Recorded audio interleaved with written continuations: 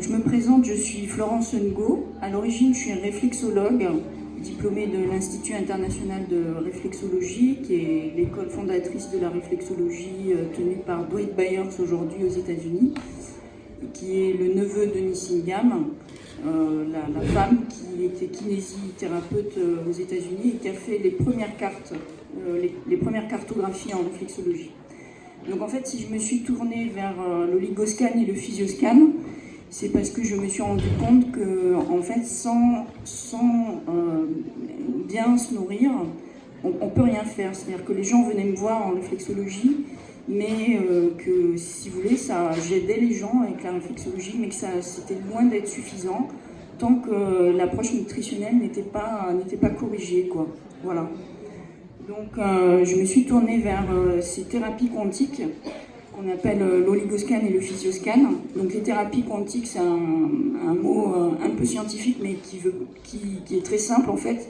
Ça touche toutes les thérapies qui visent l'infiniment petit. Donc, en fait, la cellule. Donc, si vous voulez, toutes les thérapies quantiques servent à améliorer le fonctionnement des cellules. Donc là, dans cette conférence, on va voir comment améliorer son approche nutritionnelle par les deux bilans, oligoscan et physioscan. Donc en fait, le bilan oligoscan, c'est un appareil, l'oligoscan, qui permet de détecter la biodisponibilité intratissulaire des composés minéraux. Donc en fait, avec un oligoscan, c'est un appareil qui permet de détecter les carences et les excès en minéraux et oligo-éléments. Il permet également la mesure de teneur en métaux lourds. Il permet également de mesurer l'oxydation cellulaire. Et l'avantage, c'est que les résultats sont immédiats en cabinet, sur place, sans prise de sang.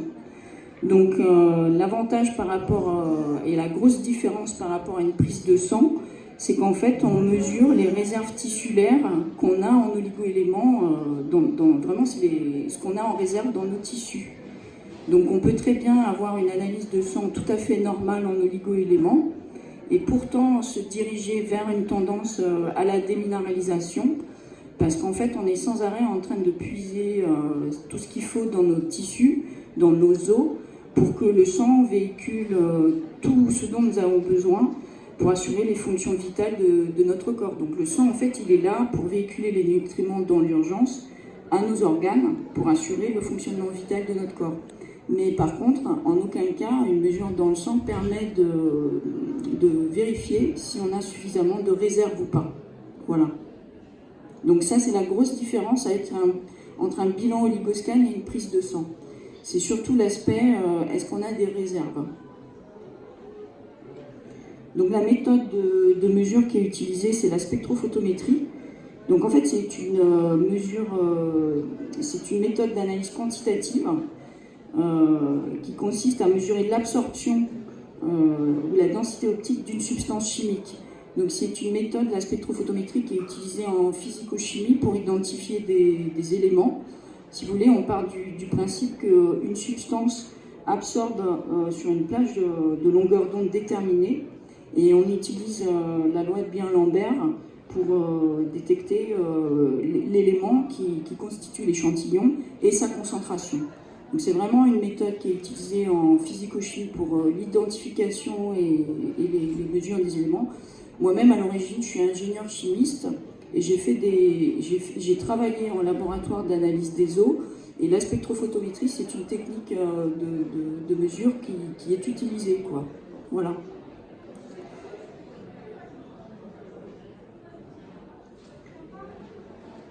Donc en fait, là c'est pour vous cibler un peu ce que fait l'oligoscan par rapport aux autres bilans qui existent. Donc le bilan sanguin, c'est une analyse du moment, donc c'est vraiment instantané. C'est comme je vous expliquais tout à l'heure, c'est une mesure dans le sang. C'est surtout fait pour vérifier que notre sang est capable de véhiculer les nutriments dont nous avons besoin pour assurer les fonctions vitales de notre corps. Est-ce que notre sang est là à véhiculer suffisamment de nutriments aux organes? Donc c'est instantané. Bon, une mesure urinaire, ça va mesurer l'excrétion. Qu'est-ce qu'on rejette par les urines? Donc c'est pareil, c'est pas ce qu'on retient dans le corps. L'analyse des cheveux, il existe, je ne sais pas si vous connaissez, mais il existe des laboratoires d'analyse de cheveux qui mesurent à la fois les métaux lourds et à la fois les oligo-éléments. Mais après, l'analyse de cheveux, c'est que bon, vous êtes obligé de donner un échantillon de 3 cm de vos cheveux. Donc évidemment, il faut les mettre, faut prendre un échantillon qui est 3 cm près de la racine du cuir chevelu. Et du coup, ce qui se passe, c'est que quand ils font l'analyse de votre cheveu, eh bien, ils analysent ce qui s'est passé dans les 3 derniers mois. C'est-à-dire que ça va moyenner qu'est-ce qui s'est passé chez vous sur les 3 derniers mois. Et c'est un peu comme l'analyse urinaire, parce que les cheveux, c'est un peu comme un émonctoire. Donc, d'une part, ça va analyser ce qui s'est passé sur les 3 derniers mois, et ça va aussi mesurer ce que vous rejetez un peu, quoi, via les cheveux. Donc, bon, en plus, c'est vrai que ça peut être faussé, votre analyse de cheveux, si vous faites des shampoings avec des composés qui sont chimiques dedans, ou des colorations, ben là, l'analyse de cheveux, elle est complètement faussée.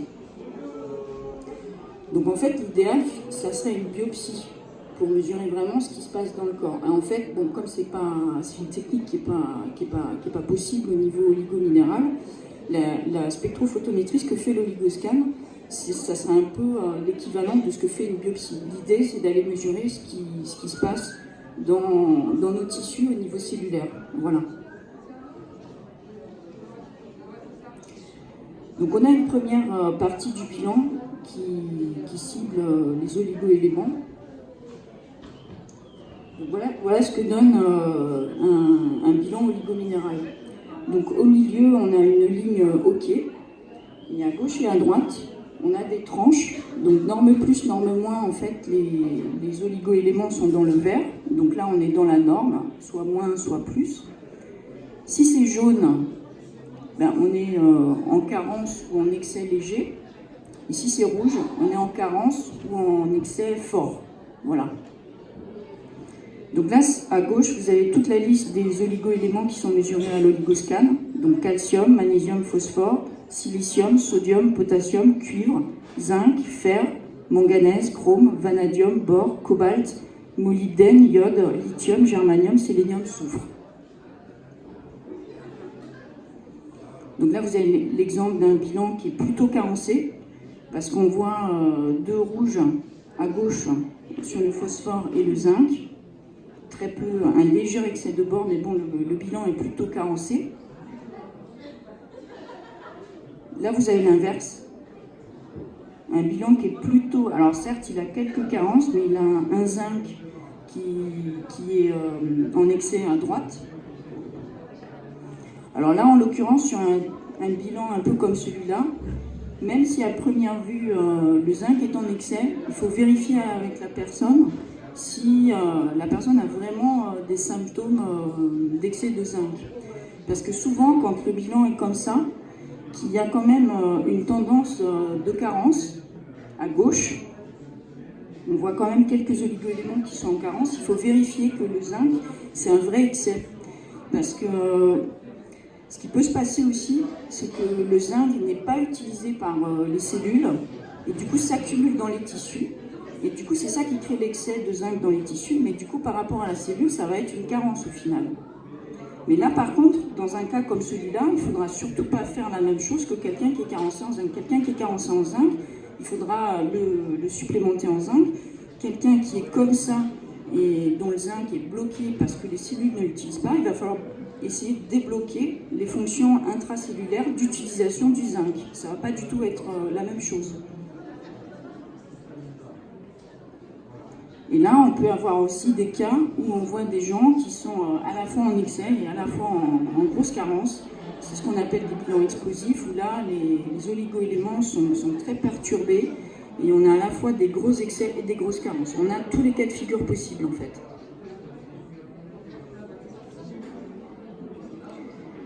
Donc, ce que permet de faire l'oligoscan, c'est effectivement...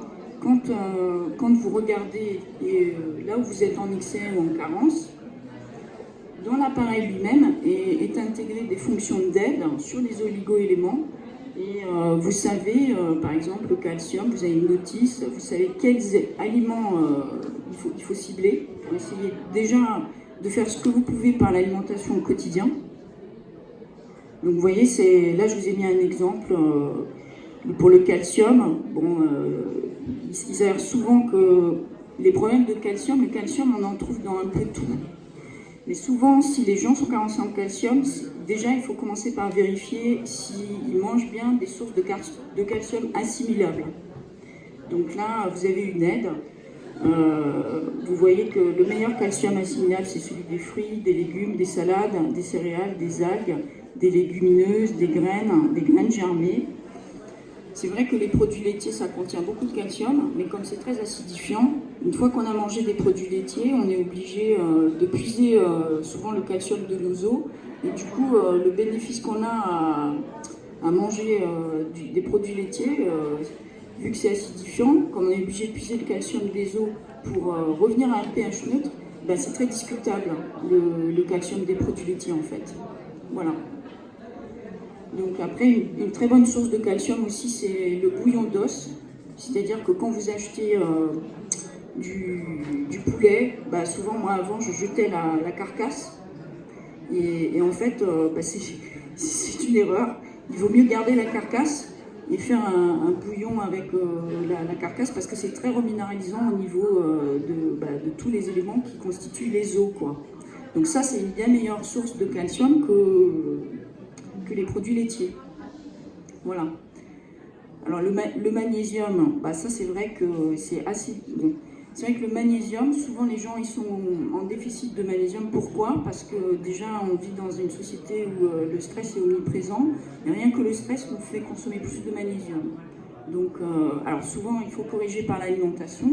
Mais autant le calcium, moi avant de supplémenter les gens, je commence par vérifier s'ils prennent du calcium assimilable. Par contre, le magnésium, souvent, non seulement il faudra corriger par l'alimentation, mais aussi il faudra prendre une supplémentation. Ça sera souvent nécessaire. Le phosphore, il s'avère qu'à peu près, quel que soit votre régime alimentaire, que vous soyez omnivore, végétarien, peu importe, le phosphore, on en trouve à peu près partout. Les poissons, les crustacés, les œufs, la viande, la volaille, les légumineuses, les noix, les céréales entières. Donc vous voyez, en fait, quel que soit le régime alimentaire que vous adoptez, normalement du phosphore, on en trouve un peu partout. Alors ça fait partie des oligo-éléments. S'il y a un problème là-dessus, personnellement, je n'aime pas supplémenter les gens, parce que souvent, s'il y a un gros problème avec le phosphore, c'est que la personne a un problème avec le mercure. Parce que le mercure s'oppose à l'assimilation du phosphore.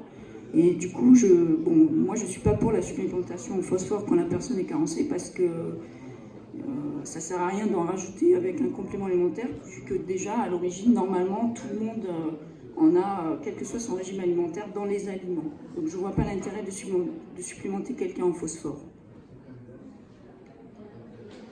Alors la silice, là par contre, tout le monde est carencé en silicium. Pourquoi? C'est parce que le silicium a disparu de nos aliments. Autrefois, il était en présence suffisante dans tout ce qui était céréales complètes. Mais aujourd'hui, même si vous achetez en bio, ça sera insuffisant. Donc le silicium, j'ai jamais vu quelqu'un ne rien prendre et être bien à l'oligoscan en silicium, jamais. Donc ça, le silicium, par contre, il faut le savoir. Aujourd'hui, il ne se trouve plus qu'en quantité suffisante dans des aliments comme la prêle, le bambou et l'ortie. Donc si on n'est pas au courant, bah forcément on est carencé parce qu'on n'en mange jamais. Donc là, souvent, au début, en tout cas, une supplémentation en silicium est nécessaire. Alors concernant le potassium, on en trouve dans les fruits secs, les oléagineux, les légumes frais, les légumineuses, les graines germées, les champignons, les poissons, les céréales. Après, souvent, le potassium, c'est pas tellement... ça arrive que les gens soient en carence de potassium, mais c'est pas très courant. Si jamais c'était le cas, il suffit de cibler des aliments riches en potassium. Après, souvent, ce qui arrive, c'est qu'il y a un mauvais ratio entre le sodium et le potassium. C'est deux oligo-éléments qui sont importants aussi de comparer, mais leur ratio entre eux. C'est-à-dire que chacun d'entre eux peut être dans des normes normales, mais par contre, le ratio souvent est déséquilibré.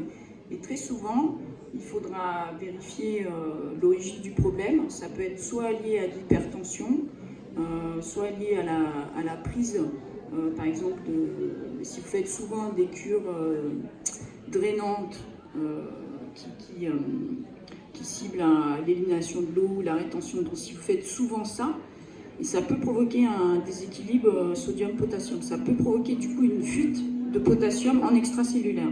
Parce que le potassium, si vous voulez, c'est un oligoélément très très important à utiliser au cœur de la cellule, en intracellulaire. Et souvent le problème c'est qu'il fuit vers l'extérieur de la cellule. Donc il peut y avoir plusieurs origines, dont j'ai dit l'hypertension. Le stress est un facteur aussi important de fuite du potassium en extracellulaire.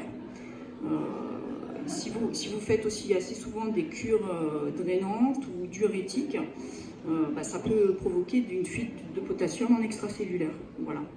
Donc souvent, là, pour le potassium, c'est plus le ratio sodium-potassium qui est déséquilibré.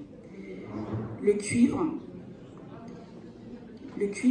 un super aliment où on va trouver du cuivre biodisponible, c'est le foie. Sinon, on en trouve dans les fruits de mer, les céréales entières et les légumes. Après ça, le cuivre, il vaut mieux pas trop en avoir, parce que quand on en a trop, c'est plutôt source, c'est très très oxydant. Donc ça peut être source d'inflammation importante. Donc ça, un cuivre élevé à l'oligoscan, c'est jamais très bon. C'est jamais très bon. Donc si jamais on a un cuivre qui est quand même assez élevé, il faut chercher à le faire baisser. Et du coup, il faut chercher à le faire baisser en augmentant la protéine de transport du cuivre pour rendre le cuivre plus biodisponible. Et du coup, il faut chercher à faire augmenter sa cyrilloplasmine. Donc la cyrilloplasmine, comment l'augmenter? C'est en arrêtant de prendre des dentifrices à base de fluor. Ça fait complètement chuter la cyrilloplasmine, c'est très mauvais. Il faut éviter de prendre de la vitamine C sous forme d'acide ascorbique. Parce que l'acide ascorbique, donc si vous supplémentez en vitamine C, il vaut mieux prendre une forme naturelle qui ne fera pas chuter la cyrilloplasmine. Voilà. Qu'est-ce qu'il faut prendre d'autre? Il faut éviter, d'une manière générale, si vous supplémentez en vitamine, ce qui ferait chuter aussi la cyrilloplasmine, c'est une vitamine D synthétique. Donc il faut cibler, si vous supplémentez en vitamine, il faut cibler des vitamines essentiellement naturelles. Le zinc. Donc le zinc, alors ça, on le trouve dans les produits animaux. Donc il faut savoir que les gens qui font un régime vegan ou végétarien, enfin axé sur un maximum de produits végétaux, sont tous carencés en zinc s'ils ne se supplémentent pas. La réalité, c'est que ce type de régime, c'est un faux problème, les protéines, parce qu'en général, ils arrivent très bien, ils sont très au courant, les végétariens et les végans, de comment équilibrer leur alimentation pour arriver à avoir suffisamment de protéines. Parce que c'est vrai que si vous combinez bien dans les végétaux, vous trouvez ce qu'il vous faut. Ça, c'est un faux problème, les protéines. Ils ne sont pas carencés en protéines, les végétariens. Par contre, s'ils ne prennent rien, ils vont être carencés en zinc, parce qu'on ne les trouve que dans les produits animaux. Donc, le zinc, la principale source de zinc, c'est l'huître. C'est l'aliment le plus riche en zinc, c'est l'huître. Après, on le trouve également dans les viandes. Également, un super aliment pour le zinc, c'est le foie, le foie de veau. Vous en trouvez dans le poisson, dans les fruits de mer. Après, tout ce qui est légumes, légumineuses, tout ça, on en trouve mais vraiment en trop petite quantité. La quantité idéale de zinc, c'est quand même 10 mg par jour. C'est des milligrammes, c'est pas des microgrammes. Donc 10 mg, il faut quand même y aller. Et c'est vrai qu'on en trouve dans les produits végétaux, mais pas assez pour arriver à 10 mg par jour. En fait, c'est un problème de quantité qu'ont les végétariens.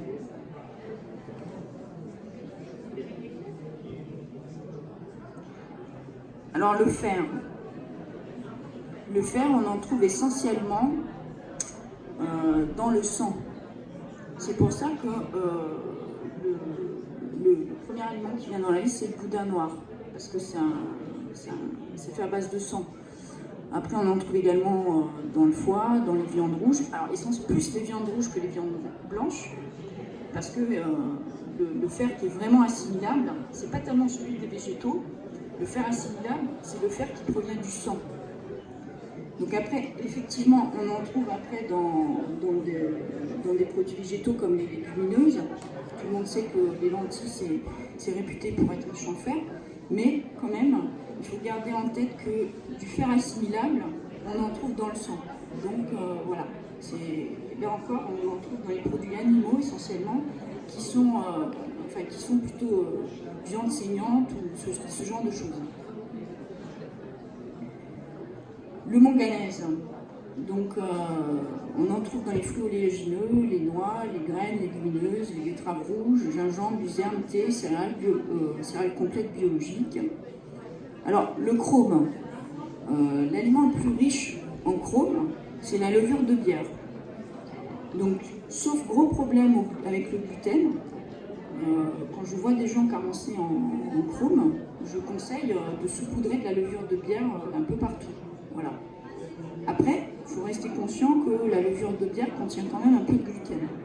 Donc pour les gens qui sont sensibles, dans ce cas-là, il faudra se réfugier sur un autre aliment. Après voilà, bon, vous en trouvez quand même dans les céréales complètes, les fruits de mer, l'huile, le foie, le poulet, bon, voilà. Mais sinon, voilà, un super aliment pour le chrome, c'est la levure de bière.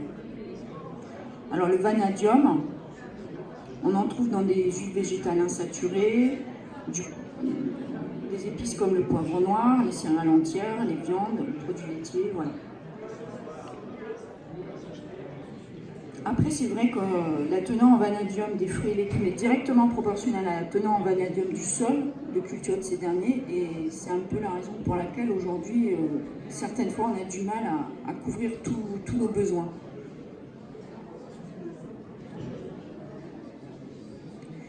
Alors après, on a aussi une deuxième partie du bilan qui concerne les ratios entre oligo-éléments. Donc par exemple, on a le ratio calcium-magnésium.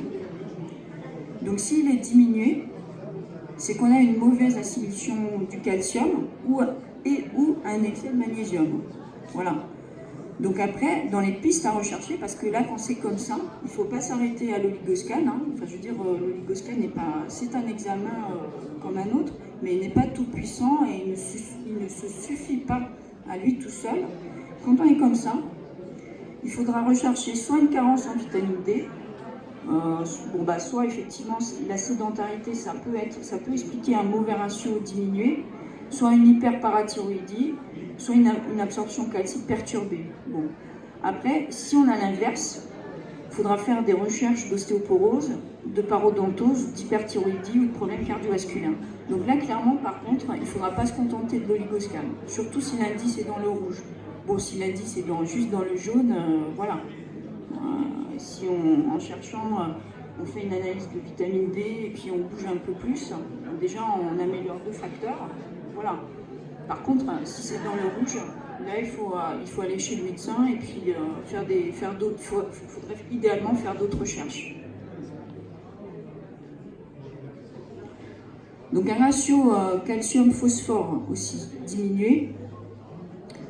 Donc dans les pistes à rechercher, il peut y avoir un besoin en vitamine C et en potassium, la sédentarité qui joue, une consommation excessive en phosphate, qu'on trouve notamment dans les sodas, une absorption calcique perturbée. À chaque fois qu'il y a marqué absorption calcique perturbée, là aussi ce qu'il faudra voir, c'est qu'il faudra réfléchir parce que l'absorption du calcium, ça nécessite toute une synergie de vitamines, donc il faut l'avoir. Et puis aussi, il y a la pollution des métaux lourds, c'est-à-dire que si l'absorption du calcium peut être perturbée par la présence élevée d'aluminium. Alors c'est pas automatique, c'est pas chez tout le monde, mais ça peut être aussi une piste. Donc c'est vraiment des pistes à rechercher. Après, on peut avoir aussi l'inverse, que le ratio calcium-phosphore soit élevé. Donc là, auquel cas, il faudra rechercher soit une entrave dans la formation des os, soit une baisse de la fonction parathyroïdienne, soit une carence en manganèse. Voilà, donc le rapport sodium-potassium, j'en ai un peu parlé tout à l'heure. Donc lorsque ce ratio potassium-sodium est diminué, ça veut dire qu'on a une fuite du potassium en extracellulaire. Et là, il faut rechercher, parmi ces 4 facteurs, il faut rechercher est-ce qu'on ne consomme pas trop de sel, ce qui déséquilibrerait évidemment le ratio. Est-ce qu'on prend beaucoup de diurétiques? Est-ce qu'on fait souvent des cures drainantes ou diurétiques? Pour la rétention d'eau, certaines femmes, c'est vrai qu'ont tendance à faire pas mal de cures comme ça. Donc l'inconvénient, le pendant de la médaille, c'est ça. C'est que ça peut causer un déséquilibre sur ce ratio-là. On peut avoir de l'hypertension artérielle et aussi un stress chronique qui peut causer une fuite du potassium en extracellulaire et une rétention du sodium en intracellulaire. Voilà. Si on a l'inverse, il faudra rechercher une insuffisance surrénalienne, une insuffisance rénale, ou si le régime sans sel ne peut pas expliquer ça. Après, on a un dernier ratio que donne l'oligoscan, c'est le cuivre-zinc. Donc quand on a un ratio cuivre-zinc diminué, il faudra rechercher si on n'a pas des maladies coronariennes. Et cuivre-zinc augmenté, là, il faut rechercher si on n'a pas de maladie auto-immune. Voilà. Alors, concernant les métaux lourds, donc voilà ce que donne un oligoscan sur les métaux lourds. Donc vous avez aluminium, antimoine, argent, arsenic, barium, beryllium, bismuth, cadmium, mercure, nickel, platine, plomb, thallium et thorium qui sont mesurés. Et vous avez une barre verticale qui est plus foncée là et qui est entre l'élevé et l'excès. Donc ça sert un peu de repère, cette ligne noire. Parce vous pouvez considérer que déjà tout métal lourd qui est dans le vert, qui est dans le moyen, bah, vous en occupez pas. Après, tout ce qui est élevé et qui dépasse la barre au milieu qui est noire commence à potentiellement vous perturber. Et après, quand c'est en grosse surcharge, ça vous perturbe franchement. Voilà. Donc là, quand vous êtes face à un bilan avec trop de métaux lourds, ce qu'il faut essayer de faire, c'est croiser avec la personne parmi ses symptômes, s'il n'y a pas des symptômes qui pourraient venir d'une intoxication à un des métaux lourds qu'on a en trop. Voilà. Donc là, on cherche avec la personne. Déjà, on regarde en premier les métaux lourds les plus présents. On regarde quels symptômes ils peuvent déclencher. Et on croise avec la personne si justement elle n'a pas un ou plusieurs de ces symptômes. Et ce qu'il faut faire quand c'est comme ça, il faut tout de suite essayer de couper l'intoxication chronique. Parce que souvent, en fait, si on a trop de métaux lourds, c'est qu'on est exposé de manière chronique un petit peu tous les jours, sans s'en rendre compte en fait. Et la première chose à faire, c'est d'essayer d'identifier ce qui nous pollue un peu tous les jours et de couper cette source d'intoxication. Voilà.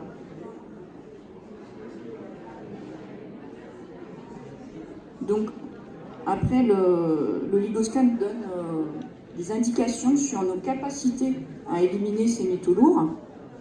Donc, il donne une présence globale qui est moyennée de tous les métaux lourds qu'il a mesurés.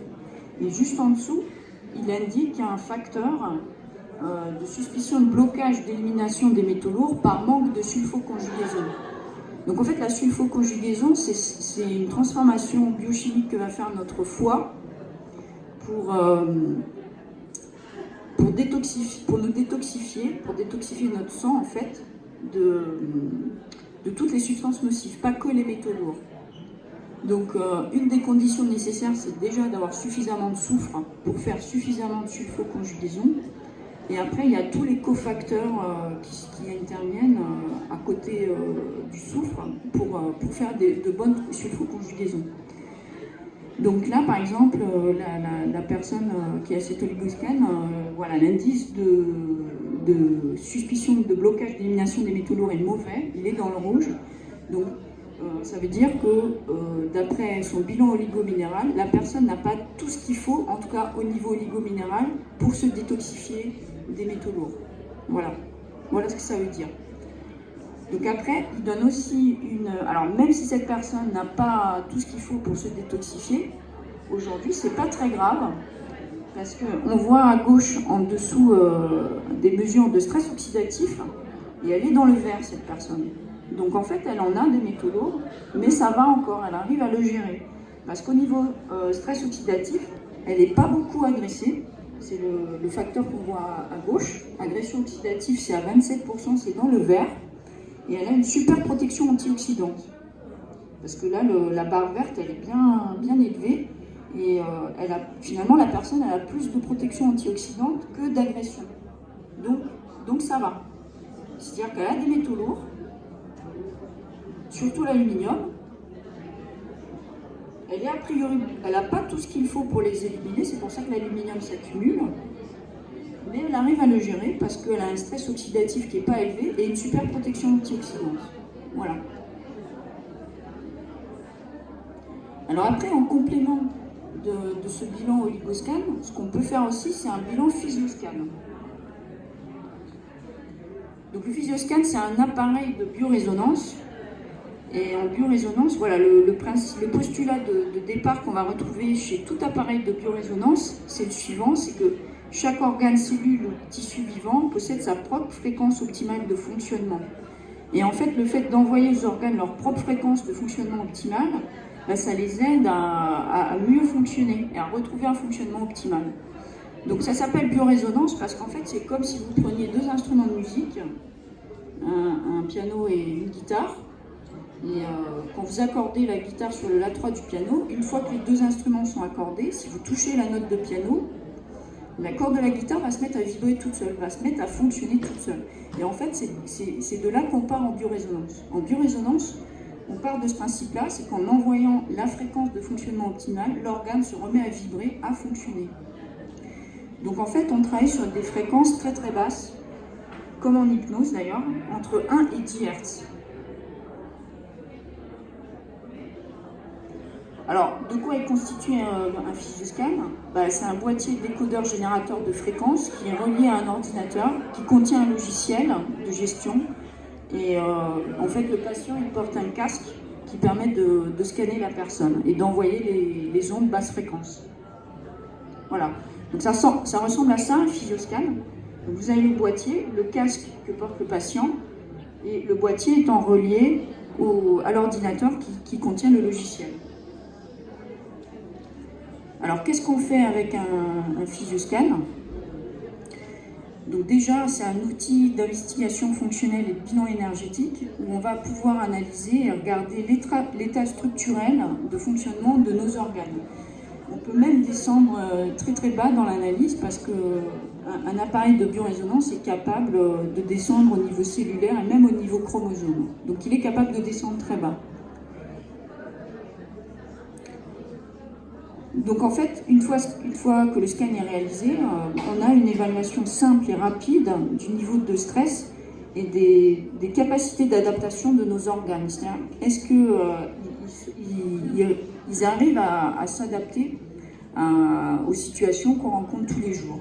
Ou est-ce que eux-mêmes, nos organes et les cellules, nos tissus sont stressés et ne fonctionnent pas très bien, sont énergétiquement bloqués? Voilà. Donc dans le physioscan, on a des centaines de planches anatomiques qui sont disponibles et qu'on peut scanner, quoi. Voilà.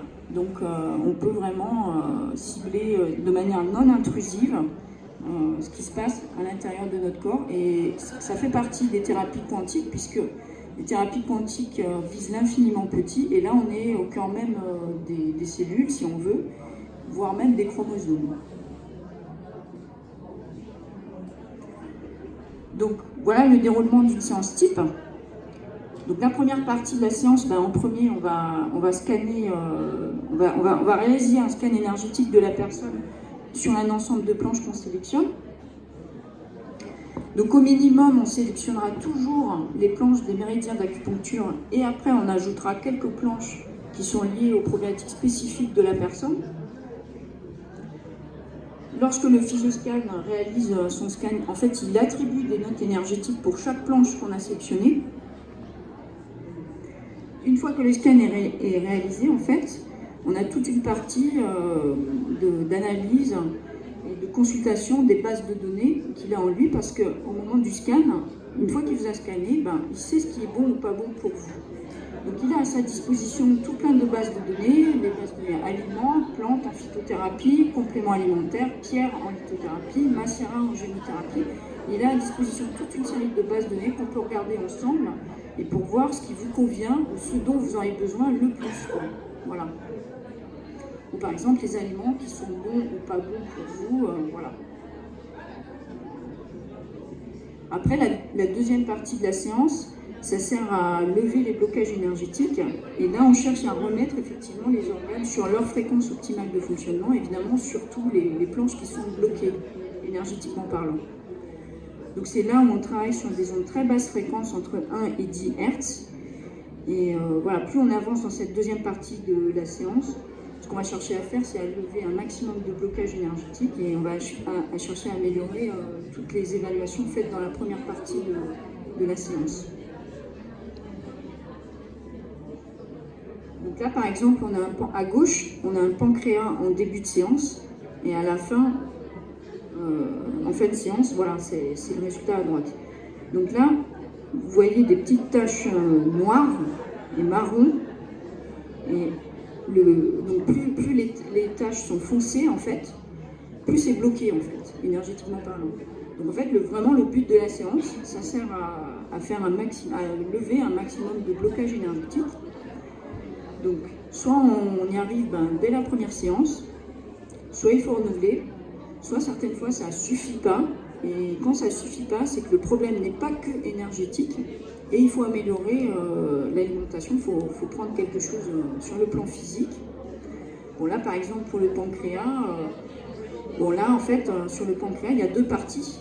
La partie gauche sert à gérer plutôt les enzymes pancréatiques, la partie droite l'insuline glucagon. Donc là, en l'occurrence, ça n'a pas trop mal marché la séance, il reste très peu de blocage énergétique à la fin de la séance, mais ce qu'on peut dire quand on regarde le pancréas de cette personne en début de séance, c'est que cette personne, elle a plutôt la partie enzymatique bloquée que la partie qui gère l'insuline glucagon. Donc comment elle peut améliorer son alimentation? Eh bien, c'est en apportant des enzymes. Les enzymes, où est-ce que ça se trouve? Dans le cru. Voilà. Surtout dans les graines germées. Donc, parce que le cru, après, ça comporte aussi certains désagréments. Mais bon, après, c'est une question de quantité aussi. Mais là, on peut dire que la personne, elle trouvera un bénéfice à consommer des graines germées pour apporter au quotidien des enzymes, ce qui soulagera son pancréas. Voilà. Après, effectivement, si la partie droite du pancréas était complètement bloquée, là, c'est un problème d'insuline glucagon et il faudrait vraiment revoir son alimentation au niveau de la gestion des glucides, voilà, essayer de cibler une alimentation avec des aliments à indice glycémique bas pour ne pas créer des pics d'insuline sans arrêt tout au long de la journée, fatiguer le pancréas, demander tout le temps d'insuline. Voilà. Et vous avez aussi la liste des aliments. Donc le physioscan a dans sa base de données une liste d'aliments où vous avez en rouge les aliments qui sont très bons, en violet les aliments qui sont toujours bons mais moins bons que les rouges, et en noir ceux qu'il faut éviter et pas manger tous les jours. Voilà. Voilà, donc cette présentation est terminée.